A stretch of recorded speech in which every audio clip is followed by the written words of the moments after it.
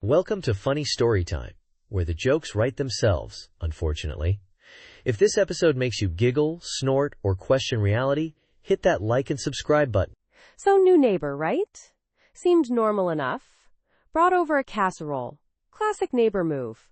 Little did I know, the casserole dish was stolen. Stolen casserole dish? That's amateur hour. My new neighbor introduced himself by stealing my mail. Just casually walked up, grabbed it, and waved. Waved? Like, hey, how you doing? I'm stealing your mail, kind of wave. Mine just left a note saying the casserole was a peace offering. Creepy, right? Oh, mine left a note too. It was tucked into my stolen electric bill. Said, your mail seemed lonely. The audacity? Maybe he's running a mail-based dating service? Matching lonely hearts with unpaid bills. A romance for the ages. I'd join that dating service. My bills do need some companionship. Maybe my gas bill and water bill could finally hit it off. They have so much in common. Right? You're both crippling debt. It's a match. Imagine the wedding invitations. You're invited to witness the merging of two outstanding balances. I'm picturing the honeymoon now. Romantic getaway to collections? Oh, the horror. My neighbor's casserole was surprisingly good, though.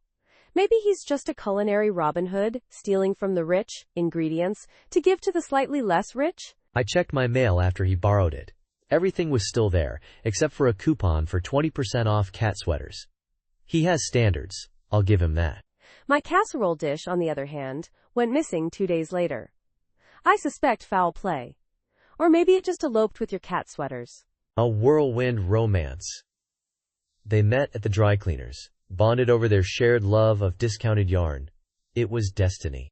Now I'm picturing my casserole dish wearing a tiny cat sweater. I need to lie down. This is too much for a Tuesday. Welcome to Funny Story Time, where the jokes write themselves, unfortunately. If this episode makes you giggle, snort, or question reality, hit that like and subscribe button. So we're trying, as a slogan. Bold move. Like a restaurant advertising. Food is sometimes edible. Right?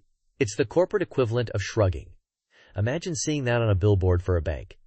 We're trying not to lose your money. Or an airline. We're trying to get you there. Eventually. Maybe.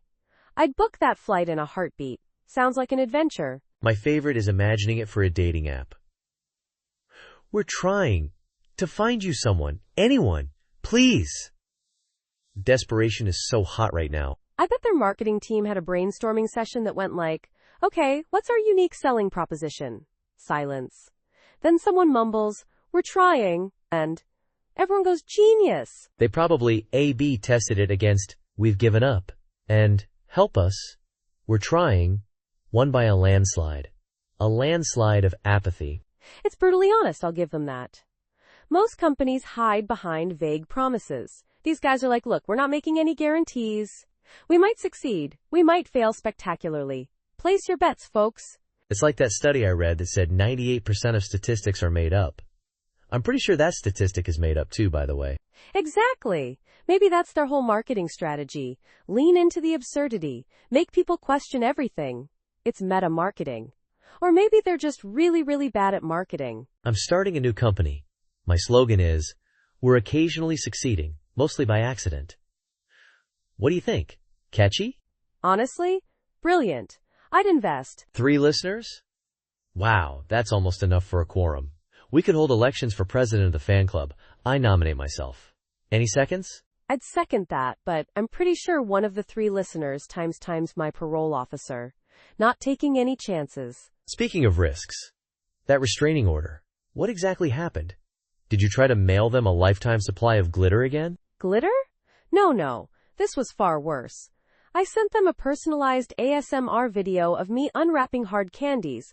Extremely disturbing, apparently. I can see how that could be unsettling. Did you at least use those microphones shaped like human ears? The ones that supposedly enhance the crinkling sounds? Of course. Went all out. Professional setup. High-definition close-ups of the candy wrappers. It was art. Misunderstood art. I bet the restraining order specifically mentions the words crinkle and unacceptable levels of saliva. Am I right? Surprisingly, no. It mostly focused on the interpretive dance I performed while unwrapping the candy. Something about menacing pirouettes and unsettling grape-flavored contortions. Grape-flavored contortions? Sounds like they just didn't appreciate your artistic genius. We should start a petition. Free the candy wrapper dancer! It'll be huge. I'm in. But we'll need to keep it quiet. My parole officer isn't supposed to know about my performance art career. It violates the no excessive public displays of weirdness clause. Right. We'll communicate through coded messages hidden in fortune cookies. It's the only way to avoid detection by the authorities and the ASMR haters. Fortune cookies filled with glitter. And tiny, individually wrapped hard candies. Just to keep things interesting. It's a statement, you see. A sticky, sparkly statement. I love it. This podcast is going places. Specifically, court-ordered therapy. At least we'll have a captive audience there. Maybe we can boost our listener count. Or at least add another restraining order to the collection. Welcome to Funny Story Time, where the jokes write themselves, unfortunately. If this episode makes you giggle, snort, or question reality, hit that like and subscribe button. Right, so, the goat. In the library, no witnesses. Just a goat, chilling amongst the dewy decimals. Baffling. It's like it materialized from the pages of a particularly bizarre children's book.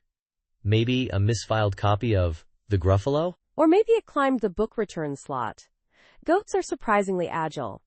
I saw one scale a brick wall once, just to eat a discarded pizza box. Okay, but how did it open the library door? Did it have a library card? Was it a member of the book club?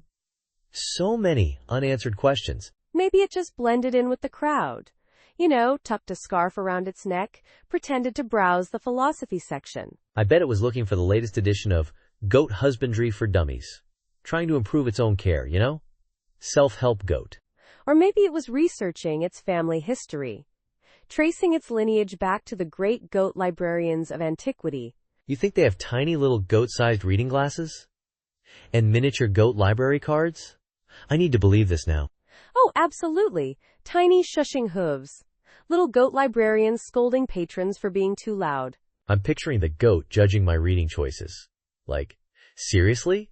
Another romance novel? Expand your horizons, human. And then the goat recommends Nietzsche. The existential dread is real, even for farm animals. The librarian said the goat was found calmly chewing on a copy of Moby Dick. Maybe it identified with the whale? Fellow large mammal and all that? Deep. Very deep. Next week on Funny Story Time. How did the whale get into the opera house? Welcome to Funny Story Time, where the jokes write themselves, unfortunately. If this episode makes you giggle, snort, or question reality, hit that like and subscribe button. So Brenda tried cooking with TikTok hacks, right? And a flamethrower. Not a creme brulee torch, a full-on, I'm fighting a xenomorph flamethrower. I heard she caramelized an onion in 0.2 seconds. It was technically caramelized, also vaporized. The pan, too. It's a new culinary technique. Flash vapor caramelization. The smoke alarm went off, obviously. But she just aimed the flamethrower at it. Problem solved, she said, as molten plastic dripped from the ceiling. Her kitchen now has a rustic, post-apocalyptic chic vibe. Apparently, charring everything is the new minimalism. So hot right now. Literally. The fire department showed up, naturally. They asked about her cooking methods. She just pointed at her phone and mumbled something about life hacks. They say she's single-handedly responsible for a 300% increase in flamethrower sales. And a 500% increase in house fires. Coincidence? I think not. I saw a TikTok the other day. Someone made a souffle using only dynamite and a prayer. Inspired by Brenda, I'm guessing. Oh, I saw that one. The caption was, Cooking with Explosive Results. Badum TSS. I should be writing for these people. Don't quit your day job. Or do. The world needs more flamethrower-based cuisine. I'm thinking of starting a food truck. Inferno Eats. Catchy, right? Only if the napkins are asbestos.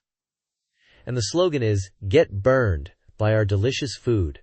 Marketing genius I am. You're hired. Our first dish? Flame-broiled everything. We'll need a bigger flamethrower. And a hazmat suit. And maybe a lawyer. Okay, so the GPS says rerouting for the 5th time. And I'm pretty sure it's because Barry Manilow's Copacabana triggered a localized space-time anomaly. I told you, dude, that song is cursed. My grandma's dentures vibrated off her nightstand when I played it last week. True story. Not as cursed as your taste in music. Remember when we played that polka version of Baby Shark? I think a dolphin filed a noise complaint. Hey, that was a cultural experience. Besides, it was your turn to DJ, and you chose the hamster dance on repeat for an hour. My soul left my body. My bad. I thought it would help us achieve a higher state of consciousness. Turns out, it just made us crave tiny wheels and sunflower seeds. Speaking of consciousness, did you see that squirrel back there? I think he achieved enlightenment listening to our playlist. He just levitated into a tree. I saw that. He was definitely vibing to our songs that make you question your existence playlist. We should add Copacabana to it. Definitely. And that one recorder concerto we found at the gas station. You know, the one that sounds like a dying goose. Pure existential dread. Oh, and let's not forget the whale song remix of Bohemian Rhapsody. That caused a full-blown existential crisis in a flock of pigeons. I saw them questioning the meaning of seeds. Seeds, the universe, everything. Man, this road trip is really pushing the boundaries of reality. And my eardrums. Next up, Macarena played backwards on a kazoo. Brace yourself. Oh, sweet existential dread, here we go again. Okay, so the group chat exploded, right? Like, literally. My phone started vibrating so hard I thought it was going to achieve liftoff. It turns out Brenda had sent 500 crying, laughing emojis. 500? That's rookie numbers. My grandma once sent 10,000 eggplant emojis in our family group chat. We had to get a new phone plan. The data overage was astronomical. Eggplant emojis? What was the context? I mean, I can't even... I'm speechless. Was she trying to order groceries online or something? She thought they were plums. She was making a crumble. A very, very suggestive crumble, apparently. The entire family therapy bill is on her. Oh my god. Okay, so Brenda's crying, laughing spam was nothing compared to that digital eggplant massacre. But still, 500 is a lot. My phone battery went down 20% just from the notifications. See, that's where you went wrong. You need to set custom notification sounds. I have mine set to the mating call of the Bolivian tree lizard. It's soothing, yet alarming. I had mine set to the sound of dial-up internet connecting. It really stresses out the millennials. It's my subtle way of asserting dominance. Genius. Pure evil genius. I might steal that, actually. The emotional damage potential is off the charts. Go for it. Spread the trauma. Anyway, back to Brenda. What was she even crying, laughing about? Was it one of my jokes? Probably one of my jokes. It was a cat video. A cat falling off a treadmill. Classic internet gold. But Brenda has commitment issues. Even with her emojis. So, emotional damage not from the content, but from the sheer volume? Like being attacked by a swarm of digital bees? Exactly. A swarm of digitally distressed, plum-colored bees. It was a dark day. This group chat sounds more dangerous than a ninja warrior course made of wet noodles. I need a support group. We all do. Let's start one. We can call it Survivors of the Emoji Apocalypse. Wait, so instead of the ear-piercing shriek of impending doom, we now have smooth jazz serenading us towards a fiery demise? Exactly. It's like the building's going, hey, there's a slight inferno, but don't worry, enjoy this rendition of Careless Whisper while you evacuate. I can just imagine people casually swaying out of the building, completely oblivious to the smoke billowing behind them. And the firemen? Just tapping their feet, waiting for the saxophone solo to finish before they start hosing things down. Imagine the chaos. People doing the Macarena in the parking lot as the building crumbles. Hey, is this the electric slide or the get out while you can slide? You'd have grandmas shimmying down the fire escape, mistaking the smooth jazz for their Zumba class soundtrack. Oh, and the stats. Fire-related dance-offs up by 400%. Accidental tango partners due to emergency situations, an all-time high. I'm just picturing someone casually ordering a latte in the cafe downstairs, completely unfazed as Kenny G accompanies the destruction upstairs. Extra foam, please. And could you ask them to turn up the fire drill? It's my jam. The building manager will be like, we wanted to create a more calming evacuation experience. Meanwhile, people are waltzing into walls because the smoke is so thick. It's not a fire, it's a vibe. Right? And the insurance claim. Cause of fire, excessive grooving. I wouldn't even be mad, just confused. And possibly mid-cha-cha. This is fine meme, but everyone's doing the hustle in a burning building. Perfect. Okay, so he's at this book signing, right? For a book he wrote, which is actually just, I generated complaints about airline food, and he's signing them with a flourish, like he toiled over every word. I can picture it. He's probably wearing a beret and a turtleneck, looking all deep and thoughtful. Little does anyone know, he spent 5 minutes typing, "write complaints about airplane food," into a website. Exactly. And the complaints are ridiculous, like, the pretzels were too salty for my pet hamster's delicate palate. Who brings a hamster on a plane? Someone who needs emotional support, clearly.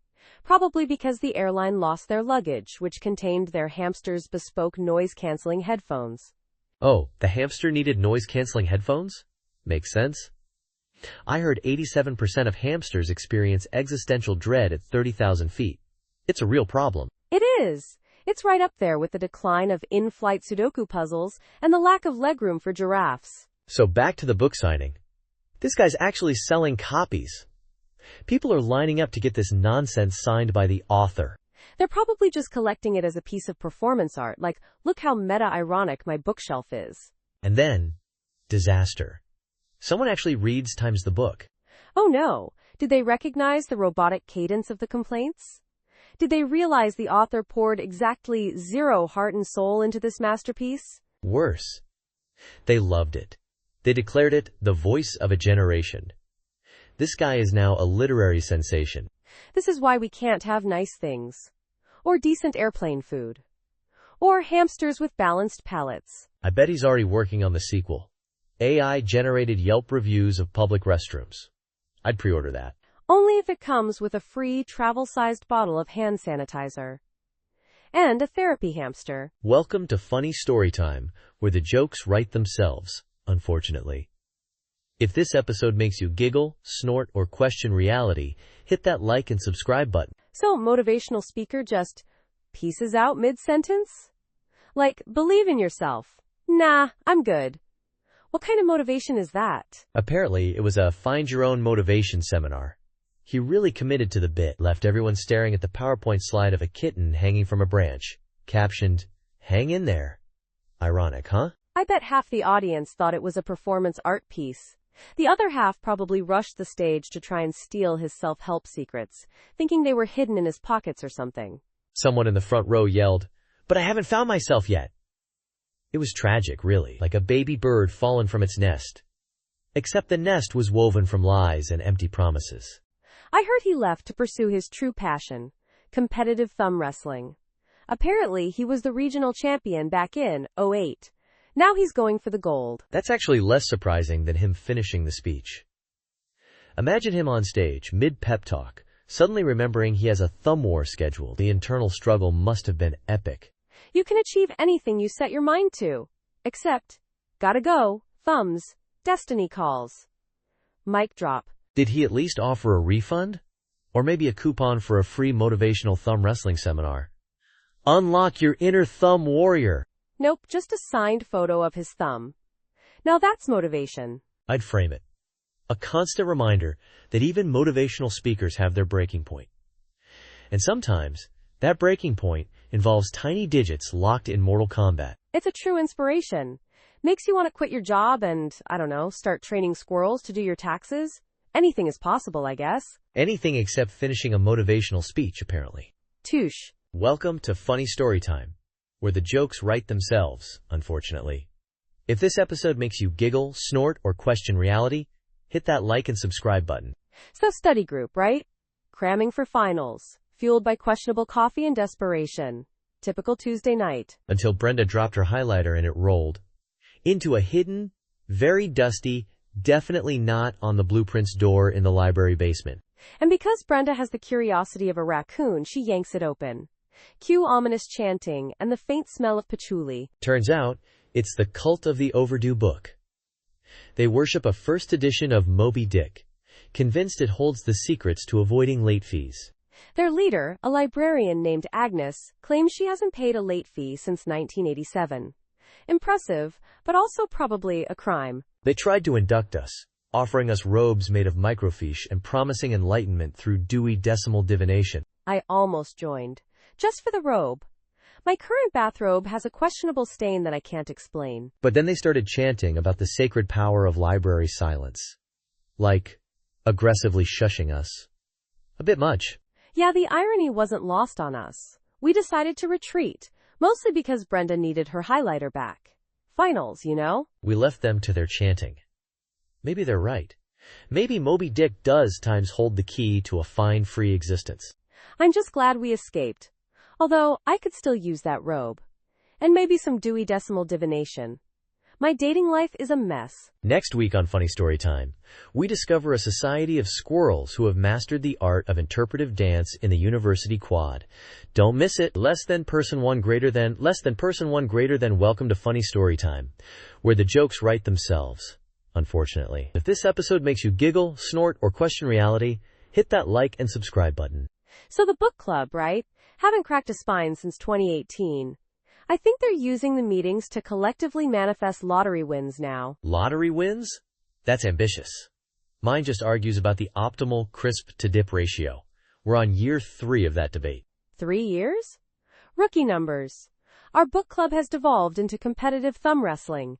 The current champion hasn't lost since Obama was in office. See, that's productive. At least there's a measurable outcome. With the dip debate, it's just an endless cycle of carrot sticks and ranch dressing existentialism.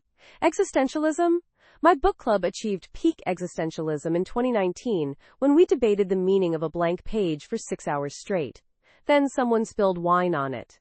Art. We tried reading a blank book once. Everyone just started projecting their deepest fears onto it. Turns out, we're all terrified of garden gnomes. Garden gnomes? Amateur hour. We're terrified of running out of hummus. It's a real problem, especially with the thumb wrestling tournaments. High-stakes snacking, you know? High-stakes snacking. That's what I'll call our dip debate from now on. Makes it sound way more intense. Maybe we'll even attract sponsors. Sponsors? Get some gnome repellent companies on board for yours. Target that fear. Monetize the gnomes. Genius. You've cracked the code. We'll be richer than, well, not lottery winners, but richer than people with slightly fewer garden gnome-related anxieties. Exactly. And then we can finally afford enough hummus to fuel our thumb wrestling dynasty for generations to come. It's a long-term investment. Welcome to Funny Story Time, where the jokes write themselves, unfortunately. If this episode makes you giggle, snort, or question reality, hit that like and subscribe button. So 2 humans and a raccoon walk into an apartment. And it's not the start of a bad joke, it's our lives. I still maintain we should have called him Trash Panda Supreme. Quote, but no, Brenda insisted on, mittens. Quote, he wears no mittens. He does have remarkably dexterous little paws, though. I saw him unlock my phone the other day. Scrolled through Instagram. Liked a picture of a dumpster. Classic mittens. He has better social media engagement than I do. I post a stunning sunset picture. Crickets. Mittens posts a blurry photo of a half-eaten hot dog. Thousands of likes. Don't be jealous. Embrace the raccoon lifestyle. Raid the fridge at 3 a.m., nap in weird positions, knock things off shelves for fun. You make it sound idyllic. Last night, he filled the bathtub with potato chips and then tried to swim in it. I had to explain buoyancy to a raccoon. Educational. You're basically running a wildlife sanctuary now. Charge admission. You know, that's not a bad idea. See Mittens, the internet sensation, in his natural habitat, wreaking havoc in a 2-bedroom apartment. We'll be rich. We can finally afford a bigger fridge, specifically for Mittens, chip swimming exploits. And maybe some actual mittens for the little guy. Though knowing him, he'd probably just use them to pickpocket visitors. He's got to fund his chip habit somehow. Speaking of habits, where did he get that tiny Hawaiian shirt? I have no idea. And honestly, at this point, I'm too afraid to ask. Welcome to Funny Story Time, where the jokes write themselves, unfortunately. If this episode makes you giggle, snort, or question reality, hit that like and subscribe button. So TikTok recipes, right? Never trust a TikTok recipe. Especially one involving a jackhammer and a meringue. This one wasn't quite that extreme, but close. She tried to make a giant gummy bear, like house-sized. The mold was her actual kitchen. Oh, honey, no. Please tell me she didn't use concrete mix instead of gelatin. Please. My structural engineer heart can't take it. Worse. Turns out industrial-grade Jell-O sets permanently. And expands. A lot. The gummy bear ate her fridge. And a wall. I knew it. I knew it. It's always the load-bearing wall, isn't it? The universe has a sick sense of humor when it comes to DIY disasters. Her landlord's sense of humor is less developed. Apparently, acts of gelatinous Godzilla aren't covered by the lease. Gelatinous Godzilla. That needs to be a band name. Or a monster truck. Or a questionable sushi roll. I'm picturing the court case now. Your Honor, my client pleads not guilty by reason of runaway raspberry flavoring. The defense rests its case on a wobbly, 6-foot-tall, partially eaten gummy bear Exhibit A. Jury's still out literally. They're trapped inside. Trapped? Oh, they're not trapped. They're just enjoying an extended tasting session. Highly irregular but delicious, I hear. See? Every cloud has a silver, sugary lining. Except maybe for the landlord's cloud. That one's probably raining lemon juice. Pure, uncut citric acid. Straight from the concentrate. The only known antidote to giant gummy bear infestations, apparently. Well, there you have it, folks. Life lesson. Don't trust TikTok. Especially when giant gummy bears are involved. Stick to regular-sized candy, okay? Your walls will thank you. Welcome to Funny Story Time, where the jokes write themselves, unfortunately. If this episode makes you giggle, snort, or question reality, hit that like and subscribe button. So the water cooler, right? It wasn't leaking water. It was leaking secrets. Corporate espionage, office romances, the whole shebang. I swear, I went to get a glass of water, and the cooler whispered, "Brenda in accounting is embezzling funds to buy Beanie Babies." I choked on my non-existent water. The worst part? It only gossiped about stuff you didn't want to know. Like, I learned Kevin from HR prefers mayonnaise on his pizza. I can't unhear that. Mine told me Janet's planning a surprise party for herself. And she hired a mime. A mime! The horror! We tried to contain the leak, you know. Duct tape, bubble gum, even those weird sticky hand toys. Nothing worked. The secrets just kept flowing. Then, it started singing show tunes, leaking secrets and belting out Broadway hits. This water cooler was overachieving in the worst way possible. We finally called a plumber. He took one look, shrugged, and said, "Looks like you've got a Singer 7255. Common problem. They're notorious gossips." Turns out, it wasn't a water cooler at all. It was a highly advanced, sentient sewing machine disguised as a water cooler. Go figure. Now we just leave it alone.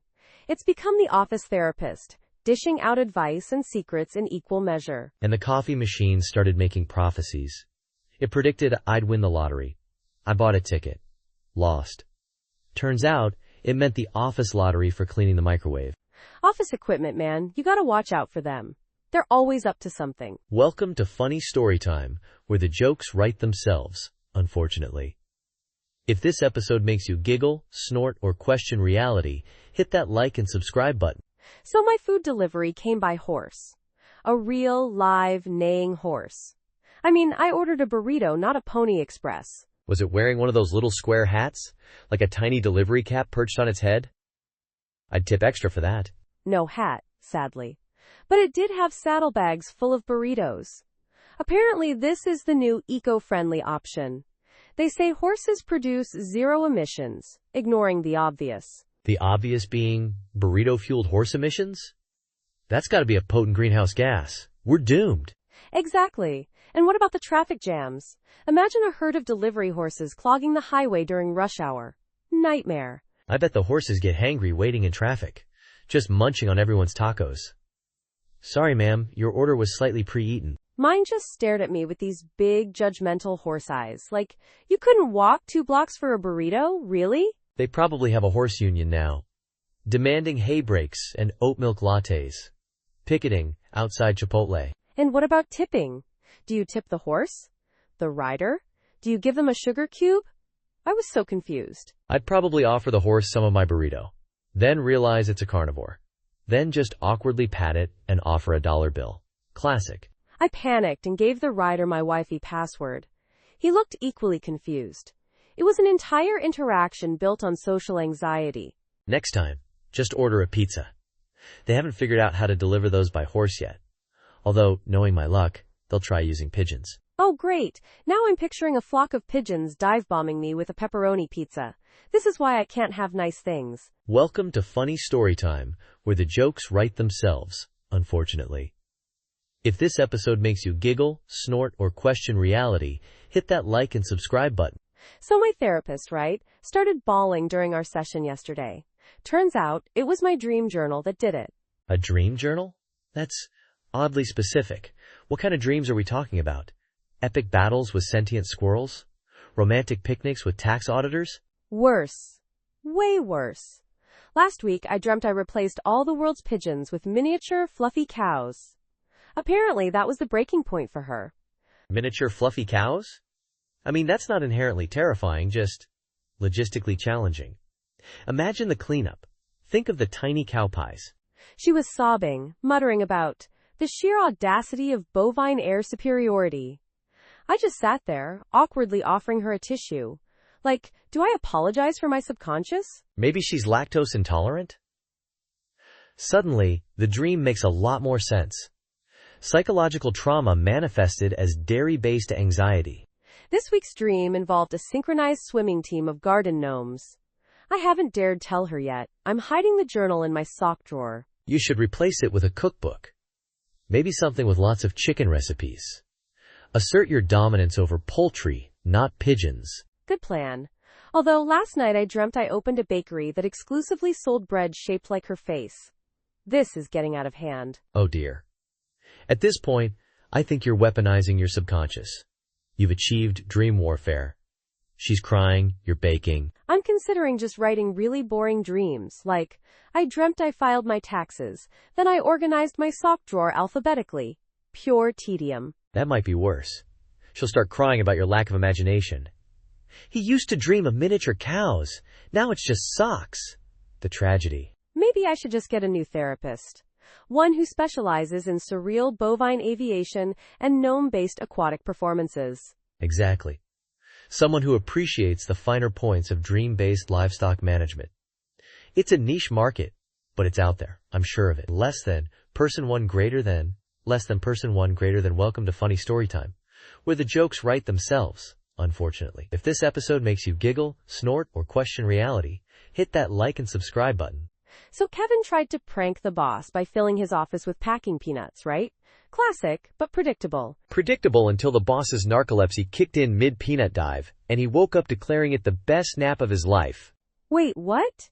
He just accepted his fate? Did he at least wear peanut-sized swimming goggles? Nope, just a serene smile. He then claimed the peanuts improved office acoustics and boosted productivity by 300%. 300%? That's statistically impossible, unless the baseline productivity was staring blankly at a wall. Pretty much. Before the peanuts, everyone was just waiting for the coffee machine to explode. It was a tense time. So Kevin, the peanut prankster, is now hailed as an innovator, a visionary, a peanut whisperer? Exactly. Employee of the month, dedicated parking spot, a lifetime supply of, you guessed it, packing peanuts. I bet he regrets nothing. Imagine the possibilities. Next month, he'll fill the office with rubber ducks and claim it's stress relief therapy. Oh, he's already planning it. He's calling it Project Quackativity. I overheard him ordering 5,000 tiny sombreros for the ducks, too. Tiny sombreros? This is escalating faster than a squirrel up a greased tree wearing rocket boots. It's beautiful chaos. I can't wait to see the boss's reaction. He might just declare it Fiesta Friday and give Kevin a raise. You know what? I wouldn't be surprised. At this company, Logic went on vacation and never came back. It sent a postcard saying, having a blast with the peanuts. And we're all just along for the ride, clinging on to our sanity by a thread made of probably packing peanuts. Cheers to that. And to Kevin, the accidental genius of workplace absurdity. 6 hours of Monopoly? That's longer than some of my relationships. And I'm talking about the serious ones, not the one where we bonded over hating beige. 3 friendships lost? That's rookie numbers. My family plays Monopoly with Jenga blocks. Loser gets a tower to the face. We're down to 4 aunts and a goldfish. Jenga blocks? That's actually kind of genius. Adds a whole new level of risk to arguing about Boardwalk's rent.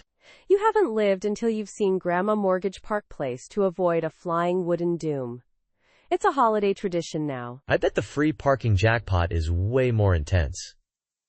Is it like a cash prize? Or maybe a get out of Jenga jail free card? Oh, it's better. Winner gets to choose the next family gathering game. Last year, it was charades with live bees. Live bees? Okay, your family gatherings make mine look like a Quaker meeting. We mostly just argue about the thermostat setting and whose turn it is to refill the ice tray. Sounds thrilling. Next time, spice it up with a round of, guess who's hiding the car keys in the Jell-O mold? It's a crowd pleaser. Jell-O mold? That's just cruel. Unless it's lime. Everyone loves lime Jell-O. Especially with shredded carrots. Don't judge me. Not judging. My uncle once hid the car keys in a bowl of live crickets. We never found them. He walks everywhere now. Crickets? That's where I draw the line. Unless they're chocolate-covered crickets. Then, it's game on. I think I've finally found someone crazier than my family. This calls for a celebratory game of Monopoly. Jenga blocks optional. Deal. But I call dibs on the iron. And the race car. And maybe a hazmat suit, just in case. Fine. You can have the race car and the iron, but the hazmat suit is mine. Aunt Mildred gets competitive. Welcome to Funny Story Time, where the jokes write themselves, unfortunately. If this episode makes you giggle, snort, or question reality, hit that like and subscribe button. So, part 20 of 10? This is already weirder than that time I found a pineapple in my sock drawer. How are we even on part 20 of 10? The numbering system in this story is like trying to understand modern art. Abstract, confusing, and probably involves a banana taped to a wall somewhere. Anyway, he mistook the fire exit for the restroom. Classic. Who hasn't done that? Just last week I tried to order a pizza through a mailbox. Similar concept, different levels of public embarrassment. I bet he pushed the bar, expecting a gentle whoosh of the automatic door, and instead got a face full of brisk evening air 3 stories up. Hopefully he wasn't mid-business. Imagine the pigeons. They're just chilling, discussing the merits of different discarded French fries, and suddenly, bam! Human! Talk about interrupting brunch. This is why I always carry a parachute disguised as a bathrobe. For emergencies. Like fire exits or aggressive squirrels. Makes sense. My emergency preparedness kit includes a rubber chicken, a dictionary of Klingon, and a lifetime supply of bubble wrap. Never can be too careful. But did he at least yell, Geronimo, on his way out?